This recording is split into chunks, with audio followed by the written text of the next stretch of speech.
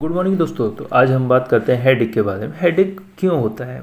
Generally mostly लोगों को मैंने देखा है कि उन्हें हेडेक हो ही जाता है किसी न किसी कारण। किसी को टेंशन की वजह से, किसी को किसी की वजह से, किसी को किसी के कारण, बहुत सारे कारण हो सकते हैं हेडेक के। तो मोस्टली बहुत सारे कारण होते हैं।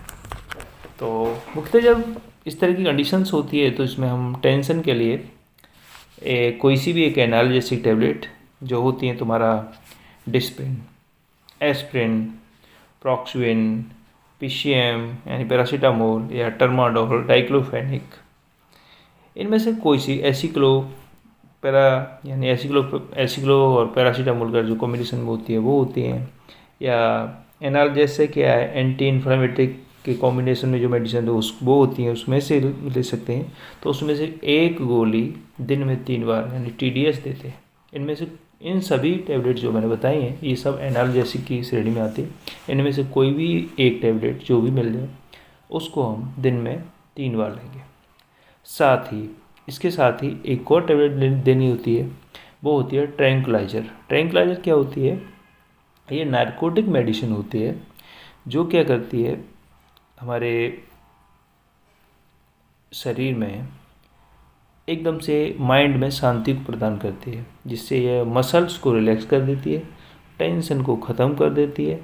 यदि इसे अधिक मात्रा में लेते हैं तो ये थोड़ा सा सेडेशन देती है यानी नींद उत्पन्न करती है। तो इसलिए इसको अधिक मात्रा में लेकर के और कभी ड्राइविंग वगैरह नहीं करनी चाहिए। और ये कई भारी भरकम कोई मशीनरी पर काम करने वाले हैं तो इसको लेकर के ना करें, क्योंकि एकदम से काम करते करते नींद आ जाए और कोई बड़ी दुर्घटना घट जाए। इसलिए इसको ऐसा नहीं करना। अगर इसको टैबलेट को लेते हैं तो एकदम से घर में फिर आराम ही करना चाहिए। इधर उधर गाड़ी नहीं चलानी चाहिए, इधर उधर नहीं जाने की कोई ज़रूरत नहीं होती है। क्योंकि ये मेडिसिन क्या होती है कि ये जो है नारकोटिक मेडिसिन की श्रेणी में आती है, और ये डाइजीपाम, बेंजोडाइजीपाम ग्रुप की मेडिसिन है। तो इसलिए इस तरह की मेडिसिन लेने के बाद इस तरह से बाहर नहीं जाना है और ना कोई गाड़ी चलानी है। तो ये तो थी मेडिसिन कि इसमें लेनी है। तो इसमें 2 ही तरह की मेडिसिन लेनी होती है।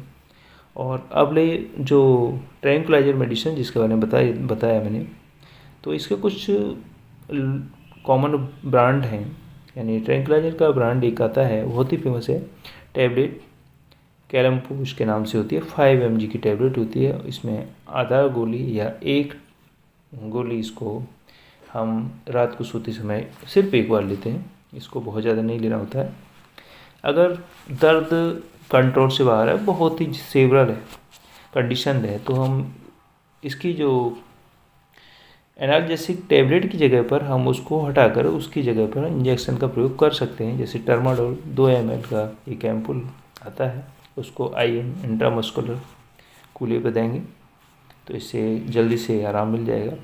और उसके बाद पेशेंट को एकदम शांत कमरे में ले जाएंगे जहाँ बहुत ज़्यादा आवाज़ें बाहर की ना आए, जिससे माइंड उस तरफ को डाइवर्ट ना हो। इसलिए काफ़ी इस तरह का कमरा होना चाहिए जहाँ बहुत ज़्यादा इधर उधर की बाहरी आवाज़ ना आए, और उस कमरे को में एकदम से अंधेरा रखें, कोई किसी तरह की रोशनी ना हो। तो ऐसे कमरे, शांत कमरे में, शोरगुल मुक्त कमरा होना चाहिए।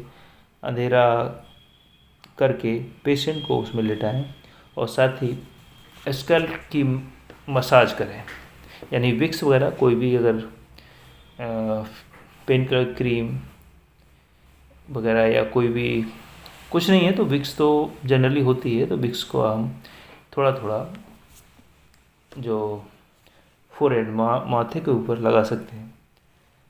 तो जब भी हम इसको अप्लाई करेंगे तो धीमे धीमे कुछ समय के बाद में पेन एकदम से ख़त्म हो जाता है।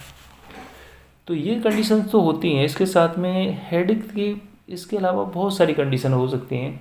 तो ये सारी चीज़ें जानना भी बहुत ज़रूरी है। तो पहले ये ट्रीटमेंट दिया है, उसके बाद आप प्रॉपर तरीके से, या उससे पहले आप प्रॉपर तरीके से और भी बहुत सारी चीज़ें हैं जिसका आप जानकारी ले सकते हैं कि इसको कोई और कंडीशंस तो नहीं है। तो इसके कुछ टेस्ट करने होते हैं, जैसे ब्लड प्रेशर, उसका देखना होता है। बहुत ज़्यादा हाई तो नहीं, हाई है तो कितना है, तो उसको नॉर्मल उस पर प्रेशर पर लेके आना होता है। और ये भी देखना होता है कि कभी कभी किसी को कोल्ड की वजह से, एलर्जी कंडीशन से होने की वजह से साइनस टेंडरनेस को हो जाती है, तो साइनस के जो एरियाज होता है फेस पर उसको देखते हैं कहीं उसकी वजह से तो नहीं, तो उसका प्रॉपर उसकी तरह से उसका इलाज भी करते हैं साथ में। अगर दांतों में किसी के कीड़ा लग जाता है, यानी इन्फेक्शन होता है, जिसे कहते हैं कि दांतों में कीड़ा लग गया, यानी कि दांतों में कोई इन्फेक्शन होता है, उसकी वजह से पेन हो रहा होता है, तो उसकी वजह से भी सर में दर्द होता है। तो पहले पेशेंट से प्रॉपर सारी चीज़ों को जानना होता है, तो इसको जानेंगे। अगर इस तरह की कोई कंडीशन है तो उसका भी साथ में इलाज करेंगे। उसका प्रॉपर इलाज यही है कि पहले उसकी कंडीशंस को जानना है कि ये जो हेडेक हुआ है उसका कारण क्या है। उस टाइम तो उसे बंद कर सकते हैं, लेकिन वो फिर से होगा, रिपीट होगा, इसलिए पहले उस तय तक जाना है कि वो किसकी वजह से हो रहा है। तो ये चीज़ जानना बहुत ज़रूरी था। ये सब कुछ चीज़ें हैं जो हम नॉर्मली देख सकते हैं। ब्लड प्रेशर हाई तो नहीं है, साइनस टेंडरनेस तो नहीं है, टीथ में इन्फेक्शन तो नहीं है, और टॉन्सिल्स होते हैं, टॉन्सिल्स के सूजने की जो इन्फेक्शन हो जाता है उसकी वजह से भी थोड़ा बहुत हो जाता है, तो उसको भी देख सकते हैं। कान के अंदर भी देखेंगे कहीं उसमें फुंसी वगैरह की वजह से दर्द तो नहीं हो रहा है, तो वो भी देखना बहुत ज़रूरत है। इसकी वजह से भी हेडेक हो जाता है, तो इसको भी देखते हैं। और जो हमारी गर्दन है, गर्दन के खिंचाव को भी देखना होता है कि उसकी वजह से दर्द तो नहीं हो रहा है। तो होता यही है कि गर्दन में भी जब खिंचाव आता है तो तब भी सर में दर्द महसूस होता है, हेडेक ही महसूस होता है, इसकी वजह से भी हेडेक होता है। अगर यहाँ पर कुछ प्रॉब्लम नहीं लगे, साथ ही उसे भी अगर होती है तो उसे भी उसका भी इलाज साथ में दें। अगर कुछ पढ़ते पढ़ते या अधिक लाइट के पड़ने से अगर आँखों में दर्द महसूस हो तो सबसे पहले यही कहेंगे कि आई साइड को चेक करेंगे, आई साइड को चेक कराएंगे प्रॉपर आँखों के डॉक्टर के पास में जा कर के। तो ये प्रॉब्लम, ये हेडेक की प्रॉब्लम, जैसे हम कुछ पढ़ते हैं या तेज़ प्रकाश पड़ने की वजह से या कुछ गहराई से कुछ चीज़ें हम पढ़ते हैं तो उसकी वजह से भी इस तरह की दिक्कत होती है, तो उसका कारण आई साइड वीक भी हो सकता है। तो इसको भी करेंगे, इसको भी चेक कराएंगे। हेडेक के साथ फीवर है, अगर हेडेक है और हेडेक के साथ फीवर भी आ रहा है, बुखार भी आ रहा है, तो इस तरह की कंडीशन में क्या है कि मलेरिया, एक बार मलेरिया का टेस्ट भी कराएंगे। क्योंकि कभी कभी क्या होता है कि जो मलेरिया फाल्सिफेरम जो होता है, यानी जिसे जनरली कहते हैं कि माइंड फीवर जो होता है, और फाल्सिफेरम मलेरिया जो होता है, उसके कारण भी हेडेक होता है। तो उसकी भी अगर फीवर साथ में है तो उसकी भी जांच कराएंगे। लेकिन फीवर और भी कंडीशंस में हो सकता है, जैसे दांतों में इन्फेक्शन है, कान में इन्फेक्शन है, तो उसकी वजह से भी दर्द के साथ फीवर हो सकता है। तो अगर वो कंडीशन नहीं है तो एक बार इस चीज़ को और देखेंगे कि मलेरिया फाल्सिफेरम मलेरिया की वजह से तो नहीं, तो उसका भी टेस्ट करा सकते हैं।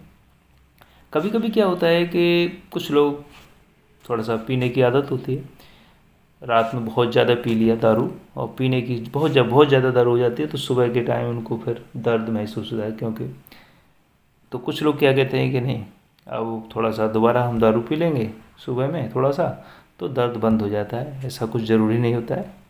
किसी ने ठीक है नाइट में बहुत ज़्यादा ड्रिंक किया और सुबह उठते उठते उसके हेडेक महसूस हो रहा है, तो इस कंडीशन में दोबारा अल्कोहल लेने की कोई ज़रूरत नहीं। खाली पेट 2 गिलास सादा पानी पी लें, उसके बाद ब्रेकफास्ट लें, और ब्रेकफास्ट लेने के बाद एक टैबलेट लें, एस्पिरिन डिस्पिरिन में से कोई सी भी एक टैबलेट लें। और लेने के बाद अगर जूस है किसी का तो जूस ले सकते हैं 1 गिलास भर के, नहीं तो स्ट्रॉन्ग चीज़ सी एक चाय या कॉफ़ी ले सकते हैं। उसके बाद पेट भरकर खाना खाएं, ये सब कुछ सही हो जाएगा। हैंगओवर का कोई प्रॉब्लम नहीं होगा। और अगर इस हैंगओवर से बचना है तो कुछ पीने वाले लोग जो दारू तो पीते ही हैं, तो अगर इस कंडीशन से बचना है तो कोशिश करें कि बहुत अधिक शराब ना पिए, खाली पेट दारू ना पिए। कुछ लोग क्या करते हैं, खाली पेट दारू पीते रहते हैं, ऐसा नहीं करना। उसके साथ कुछ ना कुछ खाते रहना है। अगर दारू पी रहे हैं, कुछ लोग पीते ही हैं, तो अगर खाली पेट पीते हैं तो उसकी वजह से ये दिक्कत होती है। तो उसके साथ कुछ ना कुछ खाते रहें, और साथ में अगर एक ड्रिंक लिया उसके बाद 1 गिलास पानी भी भर के पी लें पीछे से, तो कोई प्रॉब्लम इस तरह की हैंगओवर की नहीं होगी। तो ये तो एक नॉर्मल हेडेक के बारे में कुछ चीज़ें बताई थी। तो इस तरह से हम उस चीज़ को सही कर सकते हैं। Thank you.